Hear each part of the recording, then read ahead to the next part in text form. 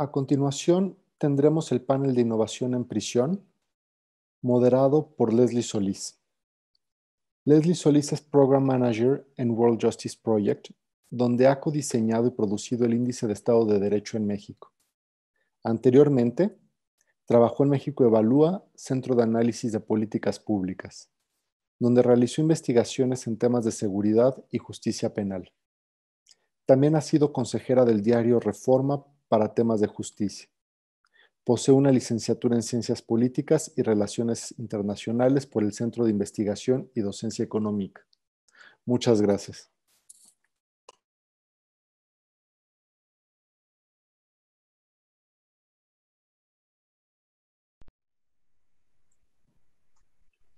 Hola, buenos días a todas y a todos. Les doy la más cordial bienvenida a este panel sobre innovación en la gestión de prisiones, como parte del primer Foro Internacional de Innovación en la Justicia, que es organizado por México Evalúa y la Fundación Friedrich Naumann.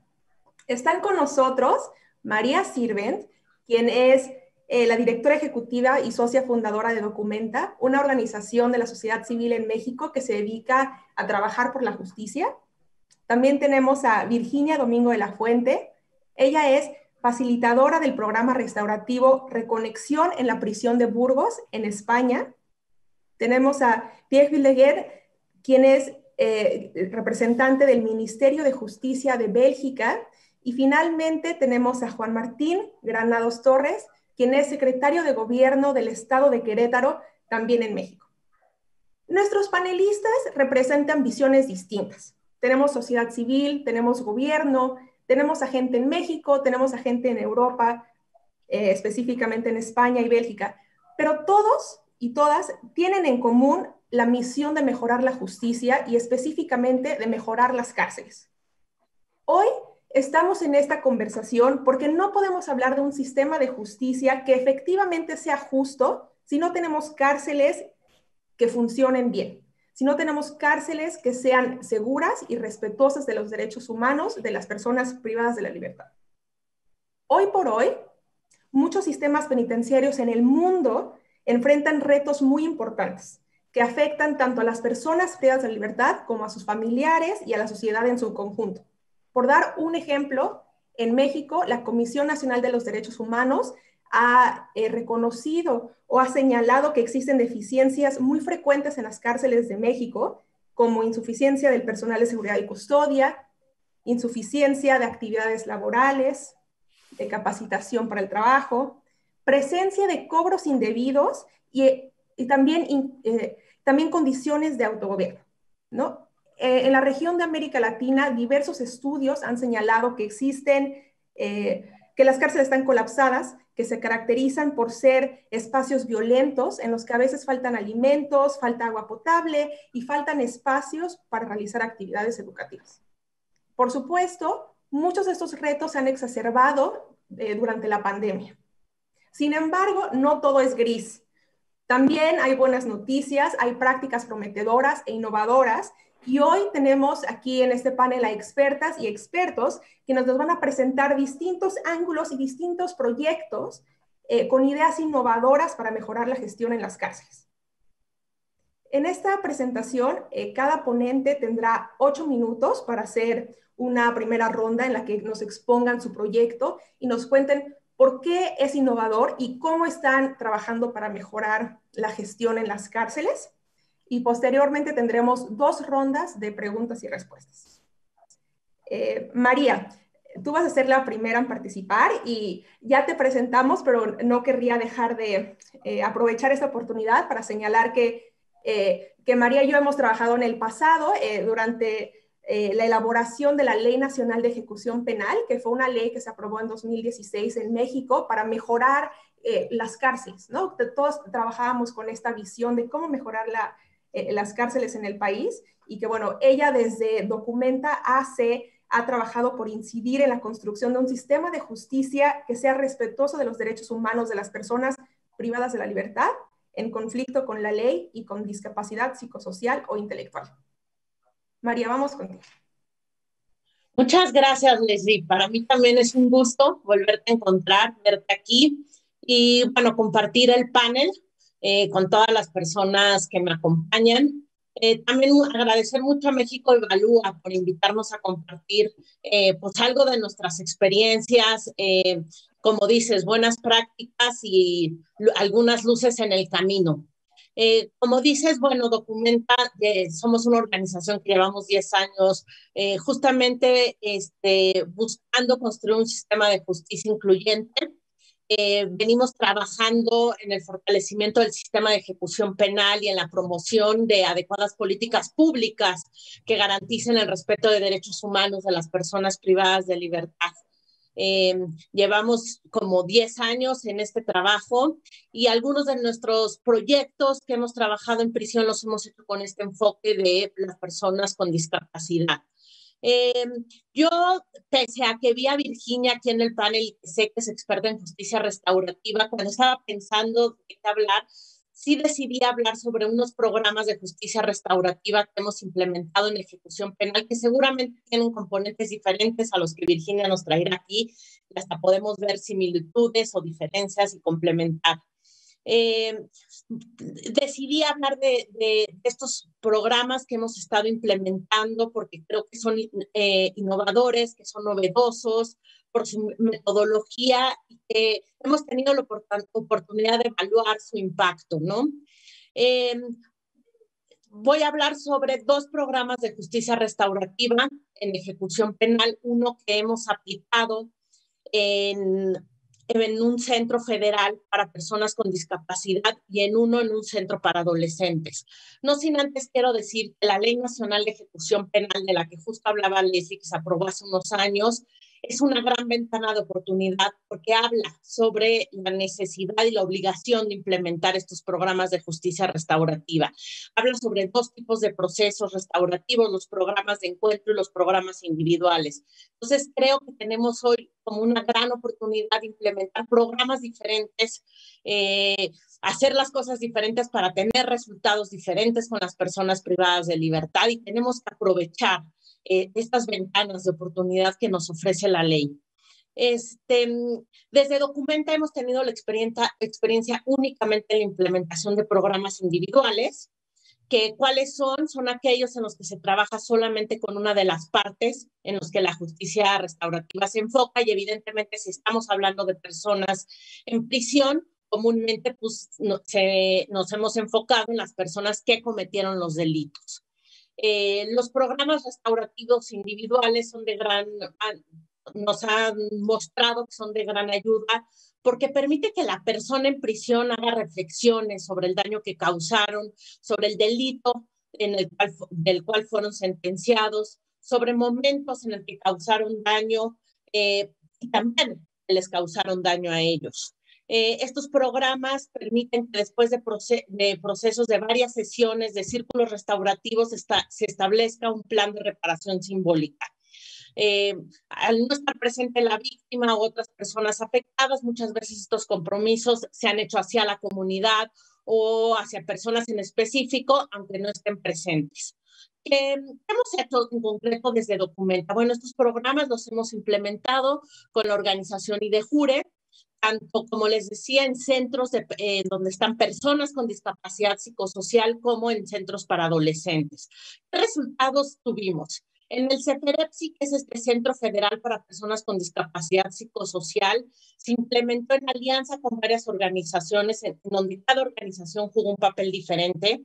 Se inició con unos talleres de yoga, donde a través de esos talleres se fue construyendo la confianza. Se evaluó todo el impacto que se tuvo de este programa.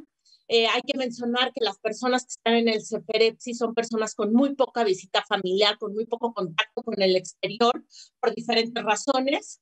Y entonces el programa que diseñó el IDEJURE solo se implementó con la persona privada de libertad. ¿Qué observamos? ¿Qué hallazgos se tuvieron? Que se creó un espacio de confianza entre los participantes. Ellos mismos comentaron que se creó un grupo de confianza con la certeza de que lo que se compartía en ese lugar no se iba a divulgar.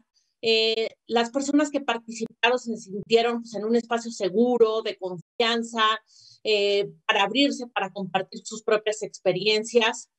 Tuvo mucho impacto, por ejemplo, todo lo que se trabajó con respecto a la familia, cambió su percepción sobre sus situaciones familiares. También cuando se hablaba del tema de daño, violencia, delito, todos los que participaron afirmaron que su percepción acerca de las situaciones que consideraban violentas cambió. Se logró que la mayoría de los participantes pudieran, por ejemplo, diferenciar la violencia que se ejerce hacia una persona de la violencia que ellos mismos ejercen hacia otros. También se logró identificar quién o quiénes eran las personas afectadas, lo cual es súper valioso que pudieran identificar esto. Aquí puedo decir que aunque no se trabajó con las familias, sí vale la pena implementar estos programas. Vale la pena porque se crea un sentido de comunidad entre las personas que participan. Inclusive vale la pena implementar estos programas con personas que ya no van a salir en prisión, aunque por sus sentencias muy largas. ¿Por qué? ¿Por qué vale la pena? Porque crea y fomenta un sentido de comunidad entre ellos. Esto automáticamente impacta en que mejora la relación entre ellos, pero también mejora la relación con los custodios y también mejora el ambiente que se vive en prisión. Ya eso es sumamente valioso. También hemos implementado estos programas de justicia restaurativa en un centro para adolescentes en Saltillo. Aquí se implementó el programa de Restaurando Identidades de Jure, y aquí fue muy distinto, porque en este caso sí se implementó con familias, con el adolescente, inclusive con el personal del centro. Entonces, pues los resultados son de alguna forma, en algunos parecidos, en otros muy diferentes, ¿no? Los adolescentes pudieron reflexionar sobre sus conductas, el efecto que sus conductas tienen en ellos mismos y en otros, identificar que hay una comunidad. El que se pudiera trabajar en paralelo con las familias tuvo un impacto muy significativo, porque entre ellos también pudieron identificar las áreas de oportunidad como familia, el compartir necesidades. Nos dimos cuenta que es muy valioso trabajar en paralelo con ambos, ya que en conjunto, por ejemplo, se establecieron estrategias para su salida. Se logra entonces que mejore la comunicación, que mutuamente se entiendan. Esto puede tener un impacto muy, muy positivo al momento de salir y que pueda disminuir la reincidencia, ¿no? También la participación... Un minuto, perdón. ¿Un minuto? Menos. Sí, perfecto. La participación del centro de internamiento también fue importante, el que pudieran ellos ver cómo en su labor diaria es importante tener un enfoque restaurativo, ¿no? Algo muy importante fue que fomentamos mucho las redes de apoyo, pero también nos dimos cuenta, como decía, que aunque no tengas redes de apoyo, los centros valen la pena y se crean, los programas valen la pena y se crean propias redes de apoyo al interior. Es fundamental el trabajo restaurativo y comunitario para que la reinserción sea pues sostenible. Aquí dejaría mi primera participación. Muchas gracias, María. Qué importante hablar sobre estos programas de justicia restaurativa para lograr la reinserción y también para mejorar, ¿no?, lo que ocurre dentro de los centros penitenciarios. En este mismo sentido, Virginia Domingo de la Fuente, ella es experta en justicia restaurativa y ha participado en el desarrollo de programas de justicia restaurativa en el ámbito penal y educativo en España. También ha escrito numerosos libros y bueno, tenemos el gusto de contar con su presencia y tenemos muchas ganas de escuchar sobre tus proyectos. Muchísimas gracias. Para mí es un honor estar en este panel. Creo que este congreso es pionero y creo que hacen falta más congresos de este tipo. María, conocía vuestro trabajo a través de nuestra gran amiga Violeta Maltos.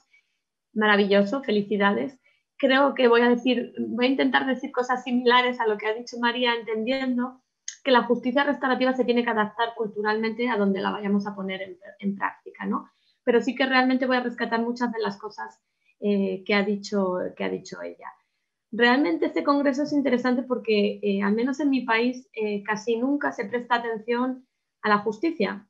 Parece que la justicia no importa tanto como la economía y creo que al final los que para bien o para mal vivimos en nuestra sociedad somos los seres humanos y desde el momento en que nos relacionamos como personas podemos cometer errores. Esto se llama daños a otras personas, ¿no? Yo voy a hablar del programa que tenemos en prisión de Burgos Provengo de una ONG, Sociedad Civil, Sociedad Científica de Justicia Restaurativa, pero sí que es cierto que no podríamos haber hecho esto sin el apoyo de instituciones penitenciarias, que es el organismo del que depende las prisiones en España, y por supuesto el apoyo de dos grandes mujeres, como es la directora del Centro Penitenciario de Burgos y la subdirectora de tratamiento. Así que todo es posible gracias a una colaboración multidisciplinar. Entendemos, bueno, quería empezar con una frase de Dostoyevsky, ¿no? El grado de civilización de una sociedad se mide por el trato a sus presos. Y creo que debemos empezar a entender que el castigo no es la solución. Tenemos que empezar a avanzar hacia otras formas de gestionar los centros penitenciarios. No soy abolicionista, pero sí que entiendo que debemos empezar a pensar en minimalismo, ¿no? Y sobre todo empezar a pensar que si las cárceles deben existir, al menos su gestión debiera empezar a ser un poco diferente. Para eso, nosotros hemos comenzado, como también ha dicho María, con un programa individual de justicia restaurativa que en algunos casos se convierte en una reunión víctima-ofensor si la reparación del daño tiene que ver pues con un encuentro con la víctima, bien sea directa o indirecta, ¿no? Y luego hablaré cuál es nuestro proyecto, nuestra utopía realista, que es bueno, pues avanzar hacia centros penitenciarios restaurativos, ¿no? Entonces, ¿qué creemos? Pues bueno, que es necesario innovar en prisiones porque necesitamos humanizar las relaciones. Desde que vivimos en familia necesitamos humanizar nuestra forma de relacionarnos, pero mucho más a las personas que están privadas de libertad, ¿no? Tienen que entender, como bien ha dicho María, la importancia de pertenecer a la comunidad. En este caso entendemos que para bien o para mal, el centro penitenciario donde viven es su comunidad. Entonces queremos hacerles ver la importancia de, durante el tiempo que estén dentro del centro penitenciario, no están castigados, están en un momento de reflexión para ver qué pueden hacer por su vida, empezando por dentro del centro penitenciario mismo. ¿Qué puedo hacer, qué puedo aportar yo bien para que el centro penitenciario funcione mejor? Entonces también incluso creemos que es para cualquier clase de delito, obviamente, ¿no? Nuestro programa está hecho sobre todo para delitos de más gravedad. Y sobre todo porque el castigo por sí mismo, el aislamiento no beneficia a nadie. Entonces, ¿qué podemos hacer? Entendemos que la justicia restaurativa es una de las soluciones, ¿no? No es la panacea, pero sí que sería un importante proceso de humanización. Entendemos que se debe hacer tanto a nivel administrativo como terapéutico y preparación para la vida en libertad. Ojo, que la justicia restaurativa no es terapia, pero sí que tiene un efecto terapéutico. Entonces, por ejemplo, nuestro programa se hace a continuación de otros programas que ya tienen los centros penitenciarios. Por ejemplo, hay un programa para el control de impulsos, programas de habilidades sociales. Entendemos que puede ser un complemento ideal para todas estas personas privadas de libertad que ya han participado en algo de terapia, pero necesitan continuar y avanzar. Para cambiar esta mentalidad, porque es fácil explicarlo en un foro en el que todos creemos que debemos avanzar hacia una justicia diferente, ¿cómo se lo explicamos al ciudadano? Pues debemos creer en la reinserción, incluso en delitos graves. Si un médico no se rinde ante una enfermedad grave e incurable, ¿por qué nos vamos a rendir nosotros? Las personas pueden cambiar, pero cada persona necesita su tiempo, ¿no? Y su recuperación. Y todo esto, ¿qué va a repercutir? En sociedades más seguras. Yo siempre digo que yo soy egoísta. ¿Por qué creo en justicia restaurativa en programas dentro de prisión? Porque a mí tener a una persona privada de libertad no me beneficia en nada. Estamos aislando, estamos privando a las personas de desarrollar sus cualidades y sus aptitudes en comunidad. Y todas las personas tienen actitudes o cualidades que pueden desarrollar. Los programas individuales, como el que estamos haciendo en Burgos, que ha puesto de manifiesto, pues cada persona privada de libertad tiene unas cualidades que no están pudiendo ponerlas en práctica hasta hace muy poco. Un participante de nuestro programa resulta que sabe escribir muy bien, que tiene cualidades incluso para ser facilitador de programas de justicia restaurativa. Hay otras personas que, bueno, pues de repente saben cocinar, les gusta la cocina, ¿no?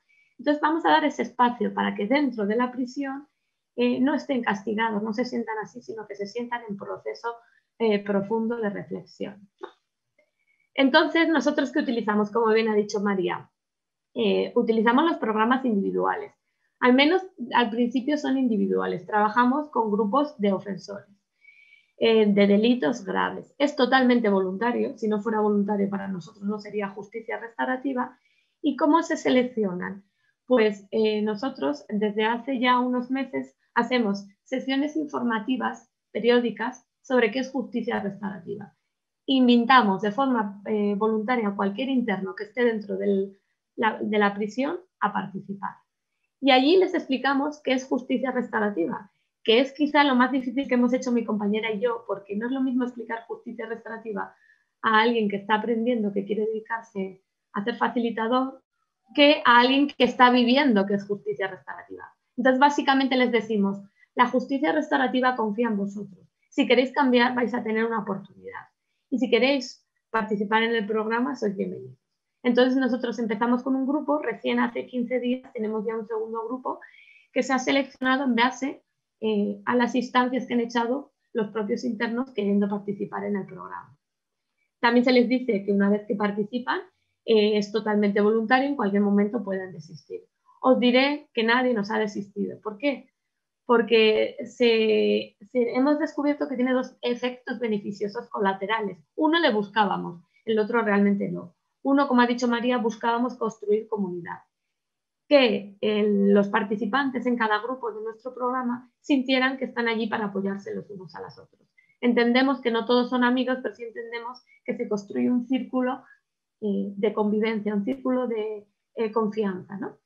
Y eso realmente se ha mostrado que está funcionando, ¿no? Porque incluso cuando no estamos nosotros en el programa, algunos acuden a otros buscando ayuda o buscando incluso consuelo, ¿no? La metodología que utilizamos son los círculos de K-Friends, ¿no? El tiempo, nuestro programa dura bastante, dura 20 meses. ¿Por qué? Porque entendemos la importancia de trabajar dentro y hasta 12 meses después que salgan de prisión. Entendíamos que durante el tiempo que están en prisión, bueno, pues hay muchos programas de tratamiento, se sienten muy apoyados, incluso a veces pensamos que les tratamos como niños, pero que cuando salen fuera no tienen ningún apoyo. Entonces, fuera lo que hacemos, círculos de seguimiento. ¿Cuáles son sus miedos? ¿Cuáles son sus expectativas? ¿Qué necesidades tienen? ¿Por qué? Porque precisamente los que vayan saliendo van a ser su grupo de apoyo. También es importante para ello, obviamente, trabajar en comunidad, ¿no? Entonces entendemos que otras entidades nos pueden servir de punto de apoyo si vemos que el participante pues, tiene algún problema o necesita apoyo de otras personas, ¿no? Creo que me va quedando poco tiempo. Este es un poco nuestro programa resumido, ¿no? Un poco lo que hemos ido trabajando.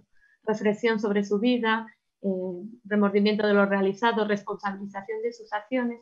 Poco a poco hemos ido avanzando. El objetivo final es que cada interno elabore su plan de reparación del daño, que puede ser a su víctima directa, a veces hacemos reunión víctima-ofensor, o a la comunidad. Pero para eso entendemos que deben empezar a pensar en cómo repararse a ellos mismos. Cuando les preguntamos a quién habéis dañado, fácilmente ven a la víctima, fácilmente ven a su familia, a la sociedad, pero rara vez ven que a ellos mismos también les han dañado, se han dañado con su conducta, ¿no? Y ahí estamos, ¿no? En que empiecen su plan de reparación. El primer grupo casi todos lo van acabando, luego hablaré un poco más sobre ello, pero ese es uno de los objetivos. Y el segundo, el más importante para nosotros, es que en base a todo lo que han vivido en un centro penitenciario de estas características, cuando salgan decidan que quieren reconectar. Soy una romántica, no me gusta la palabra reinserción, me gusta la palabra reconexión, ¿no? Que cuando salgan no van a volver a delinquir. Por eso también, siempre que sea posible, trabajamos con su familia. Esta es una reunión que pedimos permiso para hacer una foto de uno de los días de nuestro círculo. Y bueno, lo importante para mí es que... ¿Ya podrías ir cerrando? Sí. Disculpa la interrupción. Gracias. Sí, no te preocupes, ya simplemente acabo. Para mí lo importante es que estos programas les ayudan a quitarse la etiqueta de delincuentes sin posibilidad de reinserción. Que yo pensaba que se la imponía la sociedad, pero ellos mismos se la imponen, ¿no? Entonces, un avance importante es que ellos han entendido que no son delincuentes, son personas que hicieron cosas malas. Muchas gracias por dejar de compartir. Hasta aquí. Muchas gracias. Ya quiero que sea la próxima ronda para seguir escuchando más sobre este proyecto. Me encantan todos los conceptos que introduces, ¿no? De reconexión, círculos de confianza, y querría aprender más sobre cómo estos procesos de justicia restaurativa se adaptan a distintas culturas y a distintos contextos. Me parece muy interesante y muy importante lo que estás haciendo. Bueno, ahora pasaremos con Pierre Villeghian. Él es criminólogo y representa al Ministerio de Justicia de Bélgica, donde ve temas relacionados con cárceles. Él va a presentar en inglés, pero tienen traducción todos nuestros ponentes y todos nuestros personas participantes en el público. Okay, good morning, everyone. Muy buenos días a todos. Creo que voy a hacer el de TI, como escuché en la primera presentación acerca de justicia restaurativa. Desde luego, en la justicia restaurativa, que es también de suma importancia en Bélgica, hemos estado trabajando con mediación penal desde hace más de 25 años en Bélgica. Pero aquí voy a dar un pequeño tour de nuestras oportunidades en Bélgica. Estamos capacitando para trabajar con los internos acerca de innovación de TICs, para traer innovación a las celdas de los internos o los presos. Y voy a hablar de 4 cosas que son importantes en Bélgica. El sistema de gestión para los ofensores, y voy a hablar de la plataforma digital para los internos. También hay telefonía para casi todos los internos, y finalmente voy a concluir con la conferencia de video en Bélgica, que tiene ya unos meses implementado. Desde 2014 hemos estado usando un programa que está sincronizado con todas las prisiones, y todos nuestros prisioneros se encuentran en este programa. Habla de la gestión y la búsqueda para la persona de los infractores o los internos, conectando este programa con todos nuestros socios, al igual que la Casa de Justicia, con el Departamento de Policía. Y aquí pueden ver un ejemplo de un expediente de un prisionero, de un interno, y aquí encontramos todos los datos: nombre, fecha de nacimiento, el problema que lo tiene en la cárcel, sincronizado con todas las prisiones de Bélgica. Si se traslada a otra prisión, su archivo, su expediente le sigue de inmediato. Funciona bastante bien, obviamente, pero estamos en la tendencia de desarrollar un nuevo programa ya, porque este se lanzó en 2014. No es que esté obsoleta, pero tenemos dificultades con la gestión de cierta información y el flujo de la información con todos nuestros socios. ¿Y qué vamos a poder aportar con una aplicación nueva? Bueno, la historia del mismo interno, con quién es su compañero de celda. Obviamente se trabaja y tienen algo de dinero los internos. La cuenta actualmente del prisionero, su cuenta de dineros de bancaria no está incluida, y vamos a ponerla en la nueva app. Y estamos tratando de llevar a cabo los registros de la corte de forma digitalizada también. Y también el expediente del trabajo que lleva a cabo el interno en la prisión. Vamos a hablar de la plataforma digital para internos. 3 de las prisiones nuestras ya tienen un sistema como lo que ven en pantalla. Permite a los internos tener acceso a la televisión, a un teléfono en su celda, pero también trae otros ejemplos. Por ejemplo, cuando hay que comunicarse con el personal, se puede enviar algo que parece ser un correo electrónico interno para mensajes con el personal de la prisión. Funciona de inmediato o cuando mucho un par de minutos, y con eso se puede uno comunicar con cada parte y cada empleado de la prisión. Aquí vemos la pantalla del sistema que tenemos en 3 de las prisiones y podemos ver que se puede gestionar el régimen. Tenemos cosas como educación, en donde puedes hacer tu tarea, si estás estudiando, estudiar cursos. Hay acceso a una biblioteca y con eso se pueden leer libros. También tenemos un sistema que emula un calendario y una computadora. Se sabe cuándo se tiene una cita con alguien del personal. Cuando quiero ver a un prisionero, lo pongo aquí en el calendario y el prisionero mismo, el interno, lo ve.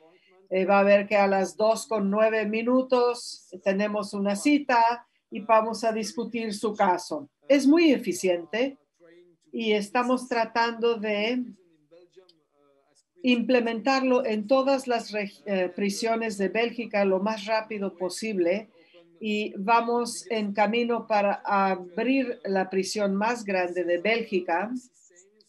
Estos sistemas funcionan en prisiones con aproximadamente 300 internos. En la nueva prisión que se va a inaugurar el próximo año, o en 2 años máximo, va a tener 1,000 internos. Cada interno va a poder acceder a este sistema.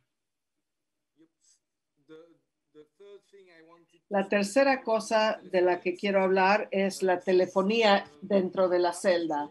Desde el año pasado, todos los internos, casi todos los internos, tienen un teléfono igualito a este en su celda. No es un sistema digital como la plataforma digital, pero sí permite que cada interno pueda tener acceso a su familia desde la celda sin grabación. Es acceso libre para todos. Es sumamente eficiente. Se sabe que todos estamos batallando con el problema de COVID en todo el mundo, y cuando el interno está en su celda muchas horas en el día, con esto podrán comunicarse con su familia y acceder a su cuenta, el dinero que tengan también, para ver cuánto tienen para comprar cosas dentro de la prisión, etcétera. One more minute. I will finish with Bien, voy a terminar con la videoconferencia. Desde el problema de COVID, cada uno de los internos ahora tiene acceso a una videoconferencia con su familia una vez mínimo por semana. Generalmente 2 o 3 veces por semana podrán comunicarse con su familia. Aun si la familia puede visitar a la prisión, a su pariente interno, pueden también complementarlo con videoconferencias. Esto es nuevo, fue bastante difícil incorporarlo en tan poco plazo de tiempo. Casi fue un mes. Cada interno en Bélgica pudo establecer comunicación con este sistema una vez a la semana desde el mes de marzo este año. Ya no tomó más tiempo y les agradezco su fina atención. Muchas gracias, súper interesante, y me gustaría saber más sobre cómo van a responder a esta nueva cárcel que van a abrir el próximo año. Finalmente, tenemos con nosotros a Juan Martín Granados Torres, secretario de Gobierno de Querétaro, y déjenme presumirles algo. Cada año la Comisión Nacional de los Derechos Humanos saca el Diagnóstico Nacional de Supervisión Penitenciaria, en el que califican a los 32 estados de México en cuanto a las cárceles, ¿no? Consideran por ejemplo, la integridad de las personas privadas de libertad, las condiciones para una estancia digna, condiciones de gobernabilidad y otras características. Y Querétaro ocupa el primer lugar en el país con una calificación de 8.22. Entonces, me encantaría que Juan Martín nos contara sobre su experiencia con las cárceles y en general sobre el sistema de justicia en Querétaro.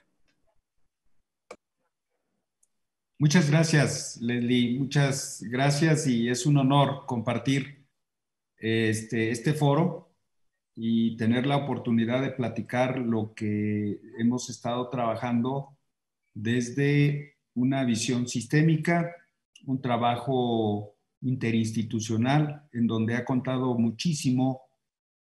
Voy a utilizar una palabra a lo mejor incorrecta, pero con el afán de transmitir la idea, donde se ha contado con un contrato institucional para poder generar obligaciones de corresponsabilidad entre las instituciones, entre sus operadores, para poder realizar un trabajo en materia de seguridad y de justicia que nosotros acá en el estado llamamos Cosmos. No sé si se me permita compartir en la pantalla, pero quisiera presentarles. Sí debería poder compartir su pantalla. Sí. Una idea nada más de lo que es el concepto de Cosmos. Cosmos es un modelo de gestión esencialmente para el tema de la administración de justicia, de la justicia acusatoria oral, que fue implementada, fue ordenada en nuestra Constitución Federal en el año del 2008. El gobernador del estado asume su mandato en 1 de octubre del 2015 y pues teníamos una serie de experiencias, de modelos que no nos estaban dando los resultados que mandata la Constitución, que es esencialmente el cumplimiento de los derechos fundamentales de las personas vinculadas con todas las etapas y todos los estadios de un proceso penal, desde que se es atendido como víctima hasta la propia ejecución de sanciones y medidas de seguridad.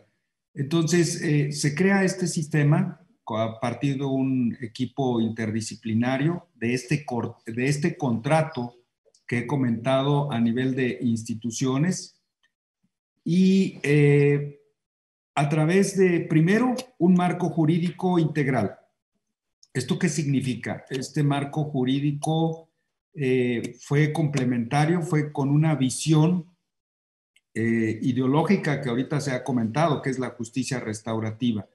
Nosotros asumimos que la justicia restaurativa es anteponer a las personas sus intereses, sus derechos, sean imputados, sean víctimas, frente al poder del Estado de sancionar. Es decir, es una preponderancia de poner como centro de actuación del sistema de justicia a los ciudadanos y no al Estado sancionador. Por lo tanto, existen muchas dinámicas y muchas tonalidades donde la justicia restaurativa se va a manifestar en los distintos modelos de operación. Empezamos con el modelo de operación, que es el de la policía. Todos los policías de proximidad, preventivos y los investigadores utilizan una tableta para tomar la denuncia de las víctimas, de los delitos, de los denunciantes, en el lugar de los hechos o bien en donde se encuentre la víctima. Llaman al 911 y ahí las personas son atendidas por los policías sin necesidad de que acudan a las fiscalías. Esto nos permite que se incrementen las denuncias. Pero además, la denuncia cuando está siendo registrada está siendo monitoreada en línea por un fiscal que nosotros llamamos fiscal decisor y que está, digamos, supervisando desde el punto de vista jurídico que la denuncia cumpla con el registro y las formalidades que establece el Código Nacional de Procedimientos Penales, porque este es el primer momento en el que una víctima puede materializar su derecho humano de acceso a la justicia. Y a partir de que el fiscal activa el sistema informático único, entonces entran en comunicación y en operación todos los demás operadores del sistema en los tramos de actuación que corresponde.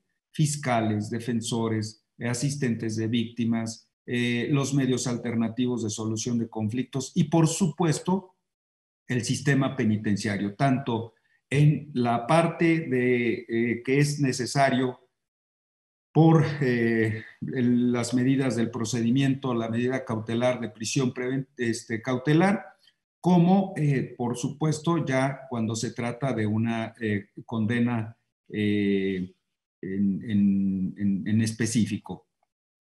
En el sistema penitenciario, entonces, trabajamos igual que en todos el resto de los modelos, pero en el sistema penitenciario traducimos la justicia restaurativa en la dignidad de la persona que está sujeta, privada de la libertad. Nuestra definición de gestión del modelo Cosmos es que el objetivo esencial es cumplir con el mandato constitucional que establece los distintos derechos fundamentales que corresponden a cada uno de los operadores. Estamos hablando de que la persona es la misma, pero con derechos humanos que se van materializando, que se van ejercitando en razón de la autoridad que va atendiendo a esa misma persona. Y lo que tiene que hacer el Estado a través de sus instituciones es variar esa gestión para poder cumplir con los derechos humanos de las personas. Cuando estamos hablando de una persona privada de la libertad, entonces la justicia restaurativa la traducimos en algo que está planteado en esta lámina. ¿Qué entendemos por reinserción? Reinserción es el fortalecer dentro de lo posible, como ya se comentó, en un proceso que lleva tiempo, pero fortalecer dentro de lo posible las capacidades individuales de cada individuo para que pueda tener la principal condición de inserción social, que es ser una unidad, ser capaz de generar su propia economía. Es decir, el materializar el derecho humano a un trabajo digno, adecuado y que le pueda generar las condiciones de suficiencia para sí y para su familia. Y entonces, ¿cómo hacemos la estrategia de reinserción en el sistema penitenciario del Estado? Nosotros tenemos en estos momentos 2.800 personas privadas de la libertad en los 4 centros penitenciarios para adultos, 3 para hombres y 1 para mujeres, un penal femenil. En general, tenemos una ocupación del 83%. Querétaro tiene una población de habitantes de poco más de 2 millones de personas. Y esto es lo que hacemos. Esto es nuestro modelo basado en la justicia restaurativa. En primer lugar, cuando ingresa una persona, inmediatamente se trabaja sobre un programa donde no se pierda la vinculación con el exterior. Lo más importante es que la persona siga en contacto con su primer círculo familiar. Si no lo tiene por un tema de familia disfuncional, porque a veces tenemos a personas que vienen incluso de otros países y no tienen contacto con el exterior o es muy difícil por las condiciones de su familia, entonces generamos, digamos, esta especie de complemento con diversos organismos ciudadanos que trabajan con la persona. El tema aquí es no desvincularse del exterior y no generar principios de procesos de asocialización o desocialización. Juan Martín, ¿podrías terminar tu intervención pronto, por favor? Claro. La segunda parte es que el operador tiene que sentarse con la persona privada de la libertad y generar un plan de actividades. Y este plan de actividades está en razón de generar esas autocapacidades, este fortalecimiento de las capacidades. Y por último, ya cuando se da el externamiento, hay un acompañamiento para cumplir con el mandato constitucional, no solamente de generar la reinserción, que nosotros lo vemos sobre el tener una capacidad económica que le permita el derecho humano al trabajo, sino además, dice la Constitución, y procurar que no vuelva a delinquir. Y entonces de lo que se trata es de generar capacidades también de resiliencia a los comportamientos sociales que pueden ser factores o causas de incidencia delictiva. Disculpen por el abuso de tiempo. Muchísimas gracias por tu intervención. Me gusta cómo ven la justicia como un sistema, ¿no?, integral en el que tienes que trabajar en todas las partes para poder fortalecer alguno de los eslabones. Muchas gracias. Pues pasemos a algunas preguntas y respuestas. Yo tengo algunas preguntas que me gustaría plantearles, pero también tenemos preguntas del público, ¿no? Entonces, algunas de las preguntas que querría hacerles y lo que propongo es, hago las preguntas y luego vamos en el mismo orden en el que comenzamos. Sería, ¿cuáles son las características de una cárcel justa? ¿No? ¿Cómo se tendría que ver una cárcel o una prisión, un sistema que funcionara y que fuera justo y respetuoso con los derechos humanos de las personas privadas de libertad, las personas que trabajan ahí y digamos, las personas que participan? Dos, para María y Virginia, que ven tantos temas de justicia restaurativa, ¿cuáles han sido los principales obstáculos y resistencias que han encontrado al tratar de tener este tipo de programas, ¿no?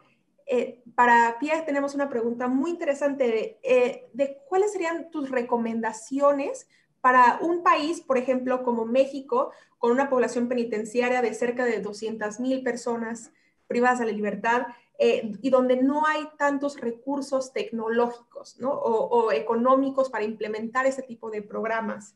Y finalmente, para Juan Martín, el sistema penitenciario en Querétaro tiene una evaluación bastante positiva, según la Comisión Nacional de los Derechos Humanos.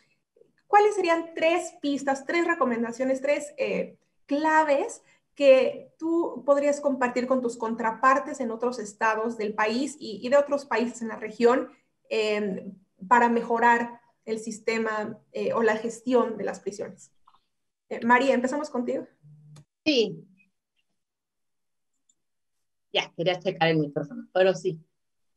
Muchas gracias, Leslie. Bueno, de las preguntas que nos haces, la primera sobre cómo creemos que podría ser una cárcel respetuosa, justa. Creo que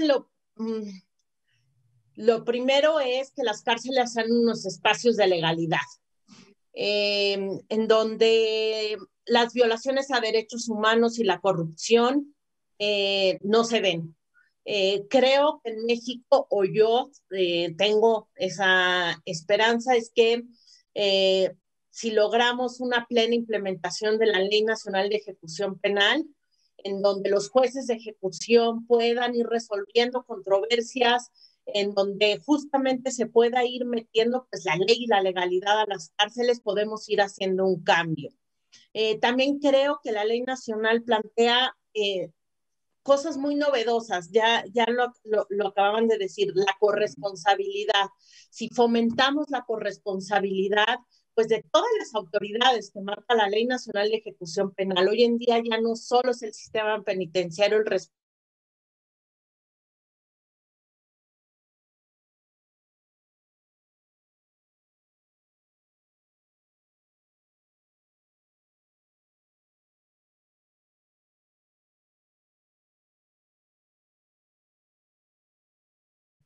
de programas desde la prisión y de programas postpenales.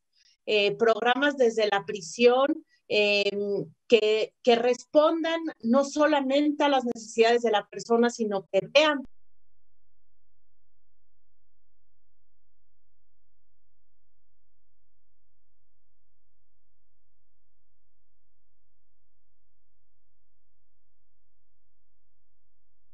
libertad. Eso es importante. No hay que olvidar que la persona va a volver a salir a sus mismas familias, a su misma comunidad, y entonces es muy importante fomentar la corresponsabilidad de todos los actores y de la sociedad en general.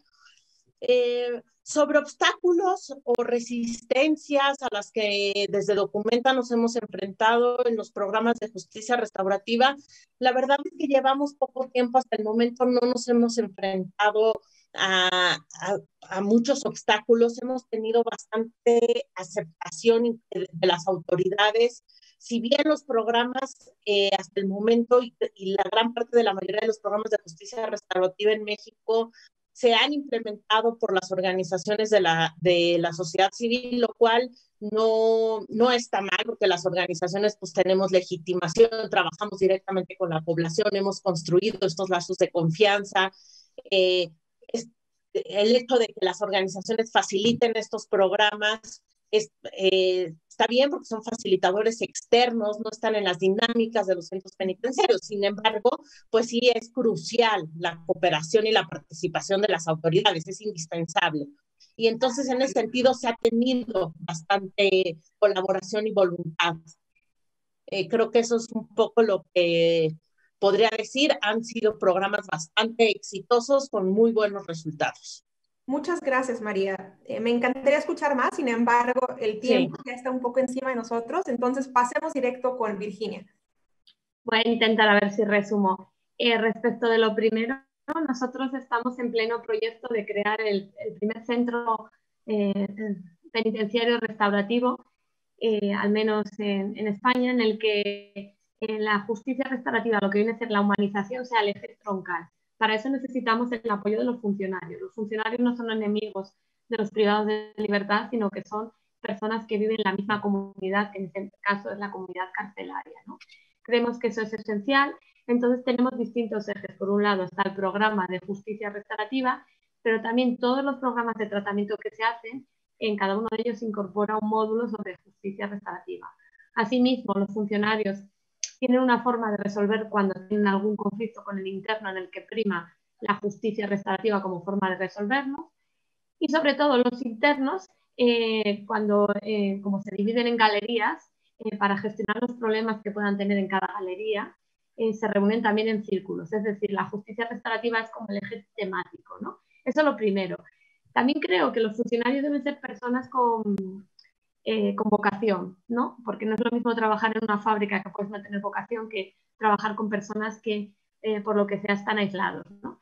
También queremos hacerles ver que la prisión, yo quiero que la prisión no se vea como un castigo, sino como una oportunidad de reflexión y cambio. Y para eso queremos implicarles a los que vayan participando en los programas como personas, como agentes de cambio, ¿no? Y se irán implicando con los siguientes grupos, bien como facilitadores o bien como personas de apoyo que les puedan ir asesorando.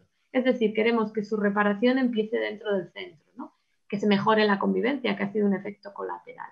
Más o menos eso, incluso siendo muy utópica, yo tengo un hasta utópicamente realista, creo en la arquitectura restaurativa, ¿no? Espero que llegue el momento en el que se eliminen los barrotes, ¿no? Y que las personas estén allí porque saben que deben estar un tiempo para reflexionar, pero que no se sientan que están en una mazmorra, ¿no? ¿Problemas? Los problemas más importantes que me he encontrado no son la reticencia de los funcionarios, que tenemos unos funcionarios en Burgos que sí que creen en que es posible una humanización, sino las personas que piensan que la justicia restaurativa es solo una reunión víctima-ofensor. A veces lo más restaurativo que se puede hacer no es una reunión con la persona ofensora, es mucho más, ¿no? Entonces es trabajar con este enfoque restaurativo, es trabajar estos programas individuales, hasta que hemos demostrado que se puede hacer justicia restaurativa, igual no totalmente, pero parcialmente, sin a veces contar con la víctima, otras veces sí, pues nos ha costado bastante, ¿no? Pero yo creo que es miedo a lo desconocido. Una vez que lo conocen, no hay problema. Gracias. Muchas gracias, Virginia. Pierre.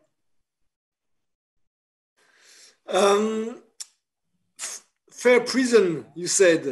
There's a La link. prisión, hay una prisión justa, hay un vínculo entre prisión justa y la idea de tal. La prisión justa es la que te permite no regresar. Y lo que hemos dicho el día de hoy es muy importante. Por supuesto, la justicia restaurativa es una manera de no regresar a la prisión, pero también para ayudar a las personas que han estado en prisión para que se mantengan en contacto. Como Juan Martín dijo, con sus familias. Es muy importante mantenerse en contacto con las familias, con el mundo que te rodea.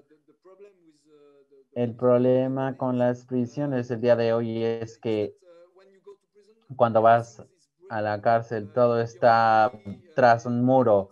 Tu familia no los puedes ver más, no tienes contacto directo con ellos y cuando estabas aprendiendo algo, por ejemplo, se acaba porque no puedes seguir, digamos, este tipo de actividades en prisiones y puede haber una manera de mantener los vínculos con este tipo de cosas.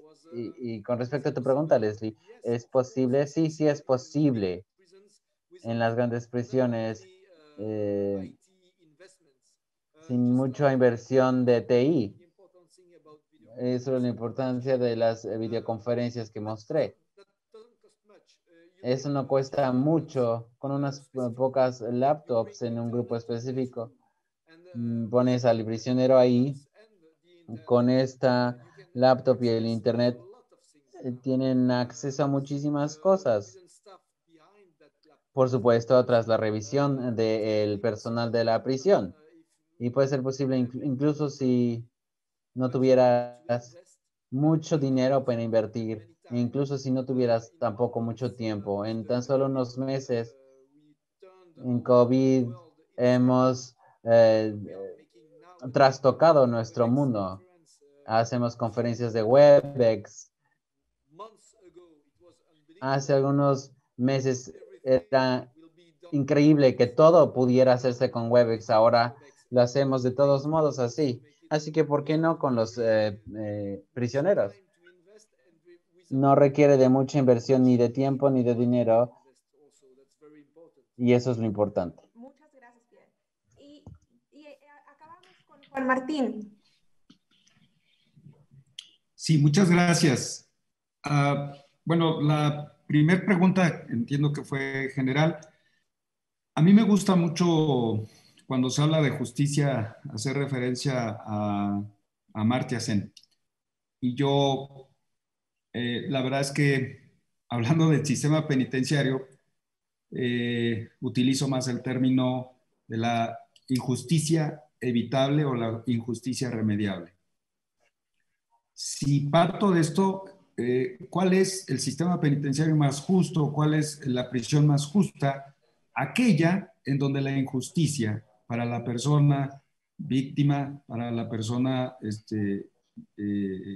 privada de la libertad, se puede por parte del Estado generar condiciones materiales, condiciones de convivencia que abatan en lo posible las condiciones de injusticia social de esa persona y que pueda prepararlo para una inserción que le resulte más justa. Es decir, más que hablar de un concepto abstracto, creo que la materialidad de evitar las injusticias y remediarlas nos queda más a modo para poder hacer diseños instrumentales y tener fines más concretos, más tangibles. Y ahora, respecto de la pregunta que Leslie me hace de manera directa, bueno, yo lo que sugeriría, precisamente con el tema de la justicia y en referencia al lugar en que nos ha colocado la Comisión de Derechos Humanos en 2 años consecutivos, es si tomamos como referente los enunciados racionales, los mejores enunciados de racionalidad y de razonabilidad que se han inventado en el mundo, que son los derechos fundamentales, derechos humanos. Bueno, pues tenemos 2 documentos que son importantes en nuestro país. La Ley General, evidentemente derivada de nuestra Constitución, y las reglas de Mandela. Yo lo que sugeriría es, hagámosle caso a las reglas de Mandela dentro de lo posible e instrumentémosla hasta donde nos sea absolutamente y materialmente posible. En segundo lugar, lo más importante es combatir la corrupción. Los grandes males de las prisiones empiezan con la corrupción. Se permite el autogobierno, se permite el autoritarismo, y entonces las prisiones se convierten naturalmente en un espacio que aleja, que esconde, que desaparece a la persona privada de la libertad. Y eso es lo que menos se debe de permitir. Pero el gran mal para que este fenómeno suceda es la corrupción. Y por último, el tercer tip que yo podría sugerir respetuosamente desde nuestra praxis es ver las prisiones, ver los centros de detención como espacios en donde también se debe de pugnar por el desarrollo humano. No es un espacio de castigo, es un espacio en donde de manera especial se deben de generar condiciones para seguir buscando el desarrollo humano, el desarrollo de las personas. Y aquí, forzosa y necesariamente, si seguimos las políticas de las Naciones Unidas, nos vamos a encontrar con dos cosas. Uno, la corresponsabilidad institucional, y dos, la necesaria, absolutamente necesaria participación ciudadana, sobre todo de los grupos de especialistas. Sin estos elementos, entonces, los centros de detención es muy fácil que se conviertan en espacios de sufrimiento y de corrupción. Si tratamos de abatir la injusticia, si ponemos materialmente condiciones y objetivos dentro de los propios contextos que tenemos en cada uno de nuestros centros de detención, y buscamos esa injusticia remediable o previsible, pues por muy poco que avancemos, seguramente alcanzaremos el otro derrotero, que es el que importa. Buscar que las prisiones sean espacios de convivencia, de desarrollo humano, de respeto a los derechos humanos, y ya con eso, tan solo con eso, con esa orientación, nada más con eso, nos estamos alejando prácticamente al otro extremo de los espacios de sufrimiento y de corrupción, que creo que es el gran paradigma que tenemos que romper todos los que estamos interesados en estos temas. Muchas gracias, Leslie. Gracias. Mensajes tan importantes, y fíjense que quedaron muchas preguntas en el tintero. Se las vamos a hacer llegar, ya sea por correo, por WhatsApp o por el medio de comunicación más adecuado, y yo les quiero dar las gracias. Fue una conversación muy interesante, me encantaría seguir, y bueno, muchas gracias por su participación. Hasta la próxima. Gracias a ustedes. Hasta luego. Muchas gracias. Nice to meet you. Gracias.